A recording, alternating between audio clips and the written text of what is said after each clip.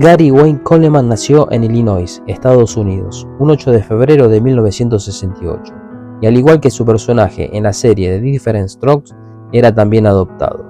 Debido a que padecía problemas renales, debió ser trasplantado de un riñón cuando tenía tan solo 5 años. Allí descubrieron que se trataba de una enfermedad congénita y que su crecimiento se vería estancado por el resto de su vida. Al cumplir 6 años de edad hizo su primer comercial, iniciando una carrera que lo llevaría al éxito infantil, cuando fue seleccionado para el papel de Arnold Jackson en Blanco y Negro, a los 10 años de edad. Una serie emblemática sobre un hombre blanco que adopta a los hijos de su sirvienta fallecida, formando una familia racial que impartía lecciones antirracistas a través de risas, empatía y la ternura que personificaba la figura del entrañable Arnold, mientras que a su vez ganaba $100,000 por capítulo. Pero acabada la comedia familiar, en 1986 comenzó el drama de su vida personal. Al cumplir los 17, quiso acceder a su fondo de fideicomiso, y en lugar de encontrar los $18 millones que le esperaban, se dio cuenta que sus padres habían despilfarrado su fortuna, dejándole solamente $220,000. Coleman demandó a sus padres y a su ex representante.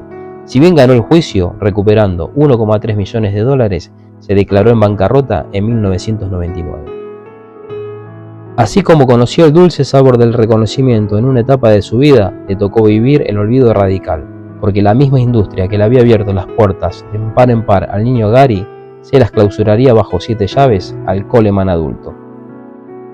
A todo esto hay que destacar que lo intentó de todas las formas posibles, como director, productor, guionista, cantante, hasta prestando su voz. Casi nada resultó del todo bien, llegando al punto que los Simpsons le dedicaron un episodio, aunque no a modo de homenaje ni reconocimiento, sino que repararon en el trabajo que Gary había conseguido como guardia de seguridad en 1998, después de 2 intentos de suicidio, como reveló en una entrevista de 1993. Mientras tuvo diferentes problemas con la ley tras golpear a una supuesta fan que le pidió un autógrafo. Coleman casi termina en la cárcel, pero la causa se cerró con el pago de una multa. Por eso los personajes amarillos de esa clásica familia de Estados Unidos tomaron lo ocurrido para burlarse de Gary. Desde sus hogares, millones de norteamericanos también rieron. No era la primera vez que lo hacían, tampoco sería la última. Para 2003, Coleman probó con la política y se postuló como gobernador de California. Los 14.000 votos cosechados lo ubicaron octavo entre más de 100 candidatos. Pero el ganador de esa elección fue otro actor llamado Arnold y de apellido Schwarzenegger.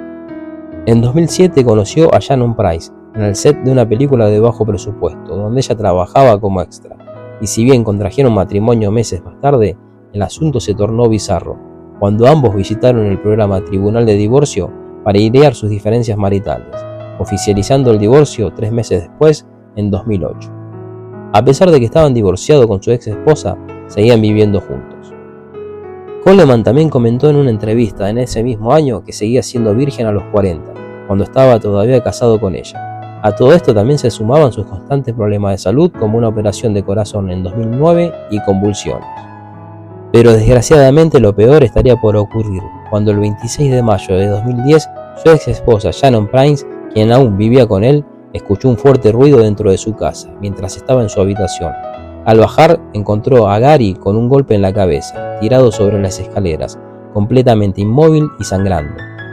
El actor debió ser trasladado urgentemente al centro médico Utah Valley Regional. 2 días después, el 28 de mayo de 2010, llegaría su tráfico final, cuando los médicos le dictaminaron que el daño cerebral que tenía ya era irreversible. A raíz de esto, Price ordenó que sea desconectado. A la hora de su muerte, Gary Coleman tenía tan solo 42 años de edad.